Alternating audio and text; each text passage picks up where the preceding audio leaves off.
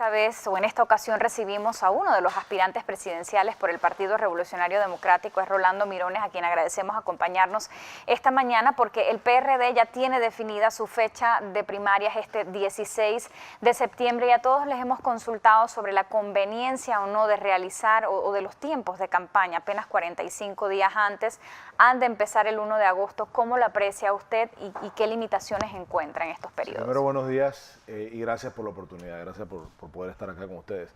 Mira, yo pienso que la ley tuvo un inicio, digamos que tuvo buenas intenciones, pero lo que ha salido de esa ley, pienso que debemos analizarlo para modificarlo para las próximas elecciones, porque honestamente pienso que es una ley muy restrictiva de las libertades del ciudadano. Yo insisto en que es una ley inconstitucional porque se mete con la capacidad que tiene un individuo de expresarse, de expresar posiciones, de expresar opiniones, y más allá de eso se mete con la capacidad del pueblo para conocer a los aspirantes, que es lo más importante. Porque si tú tienes una campaña solamente de 45 días en la primaria, al final va a ganar la persona que más dinero tenga en esos 45 días y tal vez la persona que mejores mentiras diga en 45 días. Porque ¿cómo tú conoces a alguien en 45 días? ¿Cómo se va a adaptar usted, por ejemplo? ¿Cómo le haría que está ahora aspirando por la presidencia? Yo tengo la ventaja de que tengo un ejercicio público anterior y de que tengo más de 3 años de estar caminando mi partido por diferentes razones. Inicialmente fue porque estábamos haciendo un diagnóstico de qué nos había pasado, porque el partido no lo había hecho, de qué nos había pasado en el tema de por qué habíamos perdido otra elección más, 2 seguidas. Después nos involucramos en el tema de la competencia interna del PRD. Yo soy delegado, busqué delegados en todo el país, apoyamos una corriente dentro de las elecciones del Congreso, así que hemos estado activos en todo ese tiempo. Pero imagínate la persona que no ha estado en un puesto público anteriormente, que no ha estado activo en los últimos años, tiene una enorme desventaja. Así es. Entonces, realmente, yo insisto, nos estamos metiendo con la libertad de expresión, con la libertad de reunión, y lo peor es que cuando uno le dice esto a los magistrados dicen que no es así, uno les muestra la ley que literalmente lo señala. La definición de campaña. Que la definición de campaña, que es súper amplia, y la respuesta es que ellos no lo van a interpretar así. Pero el problema es que no podemos estar en manos de interpretaciones. La ley es literal lo que dice. Prohíbe incluso que una persona hable de sus ejecutorias anteriores. Es decir, que yo no puedo usar a mi favor el hecho de mis trabajos en la Dirección de Ingreso, en el Ministerio de Economía y Finanzas, en la policía. Yo no puedo hablar de qué hice, cuáles fueron los logros, cómo encontré las cosas, cómo las entregué. En este periodo, supuestamente, yo estoy vedado de hablar de todo eso. Claro. Y eso va en contra de la libertad de expresión. Así que yo creo que es una ley que tenemos que modificar. Yo entiendo que la insistencia tiene que ver con los fondos, con que no haya fondos ilimitados en una campaña, pero yo creo que los tiempos no tienen por qué regularse, porque si regulamos los fondos y establecemos un mismo nivel para todo el mundo, cada uno que piense y que se lo gaste como quiera.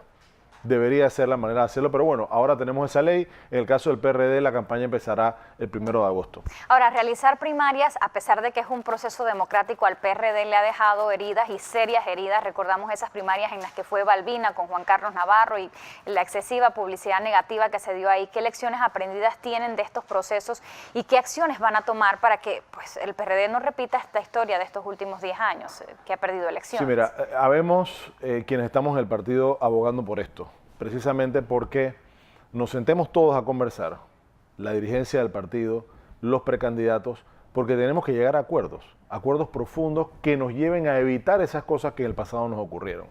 Mira, si hay un evento que digamos que debemos analizar bien, es el tema de las primarias. ¿Qué han traído las primarias a la vida política panameña? En la superficie se dice, son lo más democrático que hay. Pero eso hay que analizarlo, porque no necesariamente las primarias son un evento democrático. Y yo creo en las primarias como concepto, pero debemos pensar qué es lo que ha pasado en Panamá. Y esto no lo estoy hablando para esta elección, estoy hablando hacia futuro porque ya las leyes están como están. Pero cuando te dicen que la primaria es muy democrática, yo te digo, bueno, ¿tenemos todos los precandidatos el mismo dinero? No. Entonces, ¿cómo puede ser eso democrático? ¿Cuál va a ser el resultado si hay candidatos que tienen millones y hay candidatos que tienen cientos, por decir algo? Cientos de dólares y otros tienen millones de dólares.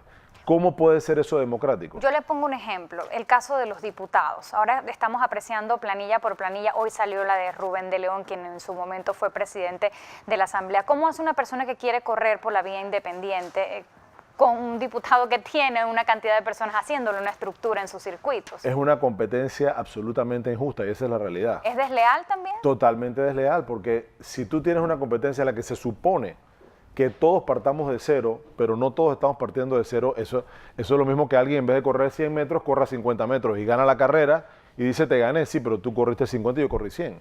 Esa es la realidad.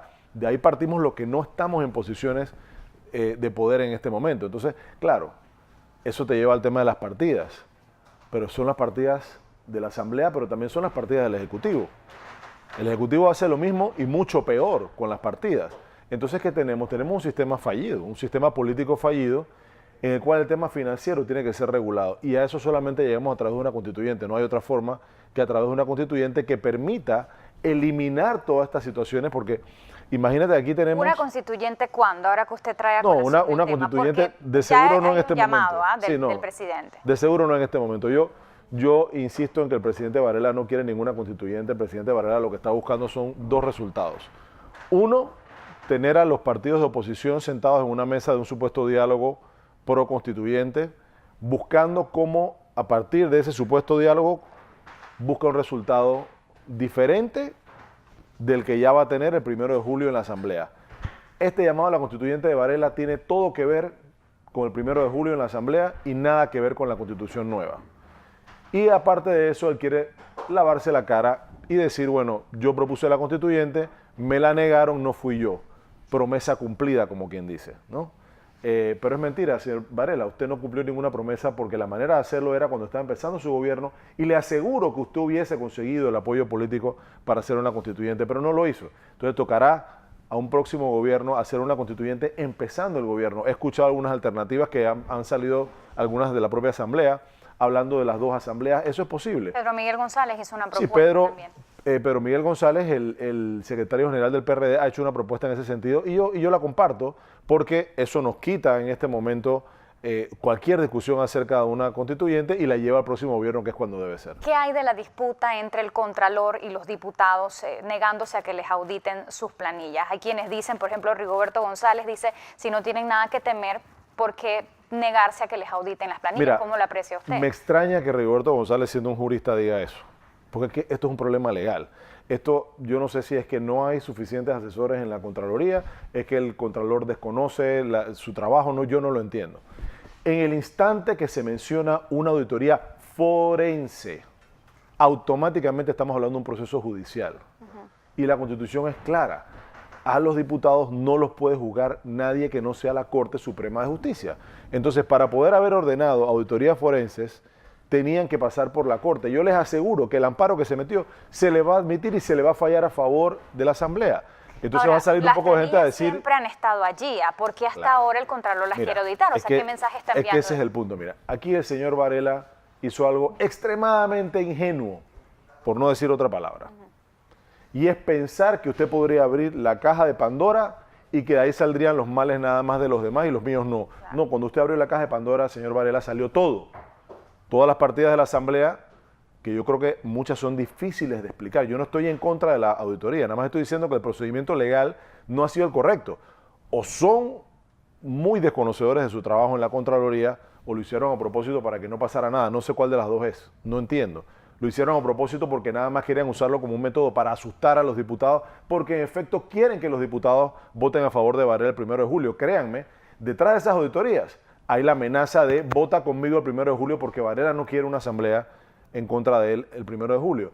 Pero yo les aseguro que lo va a tener. El 1 de julio la asamblea va a estar en manos de la oposición y Varela va a seguir sin sus manos en la asamblea, que es como va a estar en manos de la oposición ahora que el PRD sí decide jugar su rol de oposición, y con esta pues vamos finalizando esta entrevista porque precisamente se quieren desmarcar ahora camino a las elecciones. Bueno, pero yo creo que ¿qué hay de hace esa mucho tiempo. imagen? Yo creo que hace mucho tiempo. El matrimonio que tenían antes con, mira, con el panameñismo. El Congreso del PRD fue en octubre del 2016. Desde octubre del 2016 nosotros hemos tomado distancia del gobierno en ese sentido de lo que había antes, que era un pacto de gobernabilidad, entre comillas, por 3 años, con el que yo personalmente jamás estuve de acuerdo. Yo estaba de acuerdo con una lista cerrada de leyes, que nosotros íbamos a votar con el gobierno, que era precisamente para desmantelar algunas leyes que el gobierno anterior había dejado, que tenían vigencia más allá de su periodo. Pero fuera de eso, yo no entendía por qué teníamos que tener un pacto. Y en efecto creo que nos afectó. Nombramientos, tienen gente en Contraloría, en Ministerio. Sí, pero eso no lo tiene, y yo quisiera que el pueblo panameño esté muy claro con esto. Eso no lo tiene el PRD. Eso lo tienen personas del PRD que son las que tienen que ir a explicar por qué tienen esos altos cargos. Como el Contralor, el Subcontralor que dicen que viene del PRD, ¿no? Precisamente por eso, no, el Contralor jamás ha sido PRD. En el PRD nadie lo conoce. Ese señor jamás ha sido PRD, ese señor trabajó con un expresidente PRD, eso es otra cosa. Pero ese señor no es PRD y por el PRD nadie lo conoce, creo que nunca ha pisado en nuestro partido, nunca ha puesto el pie en nuestro partido y espero que jamás lo ponga. Van a ser oposición entonces, así es, finalmente. Así lo es. Rolando Mirones, gracias por estar con nosotros esta mañana aquí en Next Noticias hablando de temas de actualidad. Esperamos en una próxima ocasión, cuando ya se abre el periodo de campaña, tenerle aquí nuevamente para hablar de sus propuestas de cara a las primarias.